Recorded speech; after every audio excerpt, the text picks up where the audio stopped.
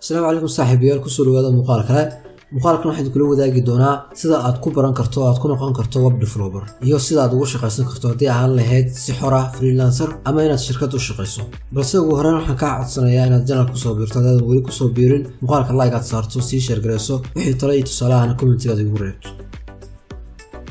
okay website-da waxa loo qaybiyaa laba qaybood oo kala ah client side oo sidoo kale loo yaqaan front end iyo server side oo sidoo kale loo yaqaan back end front end oo ah qaybta ku muuqanaysa marka website-ka soo booqato tusaalahan Facebook YouTube iyo website-yada kale la midka marka soo booqato qaybta ugu horeysa ku soo muuqanaysa qofka yaqaan sida loo dhiso waxa la yiraahdaa web designer back end oo isna ah qaybta dambe ee website-ka oo ay shaqooyinka ka socda ay ka qarsoon yihiin ama laga yaabo inaad aqoon qaabka u shaqeeyaan yana qofka develop gareeya ama yaqaan sida loo dhiso waxa la yiraahdaa web developer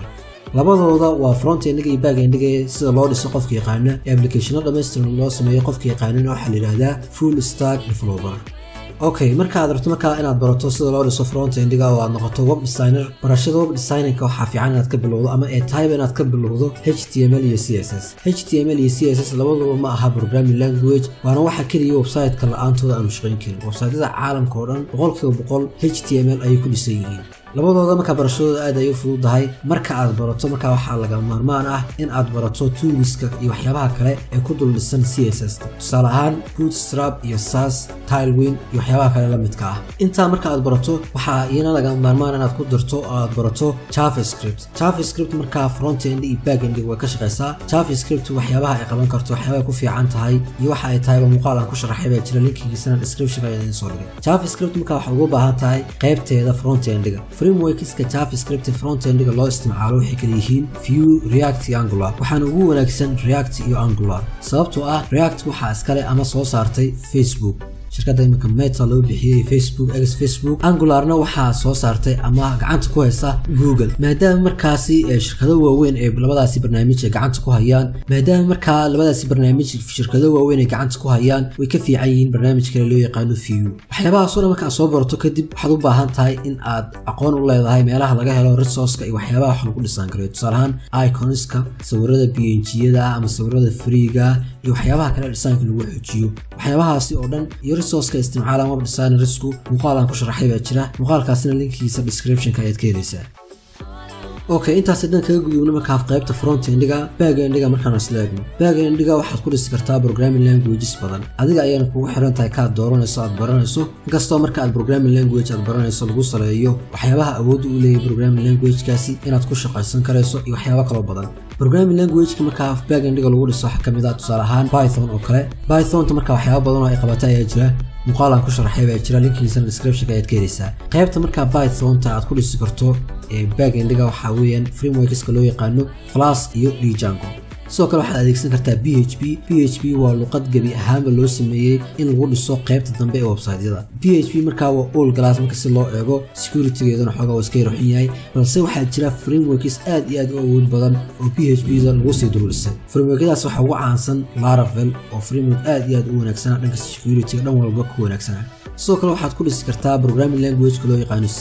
iyaduna waxyaabo badan ay qaban kartaa qaybta marka web development-ga waxa lagu dhisaa framework-geeda loo yaqaan ASP.NET sidoo kale programming language-ka aad ku dhisi karto qaybta dambe website-yada waxa kamid ah JavaScript maadaama ay niray waxa lagu dhisi karaa front end-ga iyo back end-ga qaybta marka back end-ga waxa loo adeegsadaa runtime engine-ka loo yaqaan Node.js iyo framework-ga sida ku sii duulisan la yiraahdo Express maadaama marka ay aad u badan yihiin programming languages-ka aad isticmaali karto oo dhan inta marka aan kula wadaagay imika waa inta ugu wanaagsan framework-yada marka imkaan ka soo sheekeeyay programming languages-ka aan ka soo sheekeeyay waxaad ku dhisi kartaa waxa loo yaqaan Rust API kulli waxaan filayaa wuxuu u baahan yahay in muuqaal gaar ah lagu sharaxo balse adigu waa waxa la taxluuqo sida loo dhiso back end-ga sidoo kale marka back end developer marka aad noqonayso waxa laga maarmaan ah in aad wax ka taqaano databaseska marka waxa loo qaybiyaa database-yada marka waxa loo qaybiyaa laba group oo waaweyn oo la kala yiraahdo SQL iyo NoSQL marka waxa ugu caansan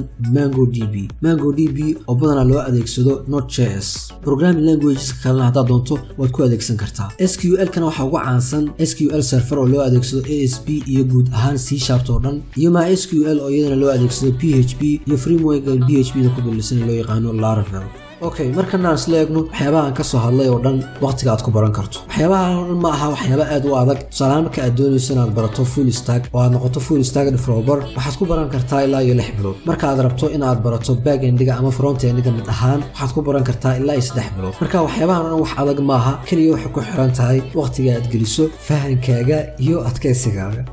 marka intaas oo soo barato marka waxaad awood u yeelan doontaa inaad ku shaqaysan karto hadii aan lahayd inaad si xor ah u shaqaysato freelancer aad noqoto iyo inaad shirkad kale u shaqayso hadii aan ku horeeyo marka aad doonayso inaad shirkad u shaqayso waxa laga maarmaan ah in waxyaabaha aad soo baratay marka hore aad projectiyo ku dhisto projectiyadaasi ha noqdaan kuwa dhexdhexaad ah kuwa waaweyn iyo kuwa yaryarba sidoo kale waxa laga maarmaan ah in aad waxyaabaha aad dhistay oo dhan aad samayso portfoliogaasi aad ku kaydsato portfolio marka macnihiisu waxa weeyaan waa online resume ama online CV website online CV oo aad ku kaydinayso waxyaabihii projectiyadii aad dhistay oo hadhowdina shirkadaha linkiga inta u dirto ay ka daalacan karaan kadibna shirkadahaas ay ka daalacan karaan waxyaabaha aad awoodo iyo waxyaabihii aad dhistay oo dhan portfolioga marka waa qodob aad iyo aad muhiim u ah marka tahay web developer in aad samaysato okay marka aad doonayso marka inaad noqoto freelancer waxa wanaagsan inaad xooga aad saarto WordPress iyo PHP gaar ahaan framework-geeda loo yaqaan Laravel waa framework ugu badan oo framework shaqooyinka ugu badan la soo xayisiiyo freelancing-ka tusaale ahaan marka aad eegto meelaha lagu soo xayisiyo shaqooyinka freelancing-ka ee web development-ga waxa ugu badan la soo xayisiyo waa Laravel framework PHP iyo Laravel iyo WordPress ka soo kale waa application barashadiisa aad u fududahay waqti kooban aad ku dhisi karto application-no ama web applications isla markaana ku fiican in aad freelancing oo kale marka freelancing waa topic aad u ballaaran u baahan muuqaal gaar ah in laga soo sameeyo hadii aan lahayd sida shaqooyinka freelancing loo raadiyo meelaha lagu soo xayisiyo qaabka aad isku diyaarinayso waxyaabaha ay tahay inaad xooga saarto macaamiisha marka aad hesho qaabka loo dhaqmayso waxyaabahaas oo dhan iyo qaabka adigu aad naftaada ugu sameynayso macaamiil qaabka aad u heli leeyahay waxyaabahaas oo dhan wax u baahan yihiin muuqaal gaar ah in laga sameeyo kuma fogaan doono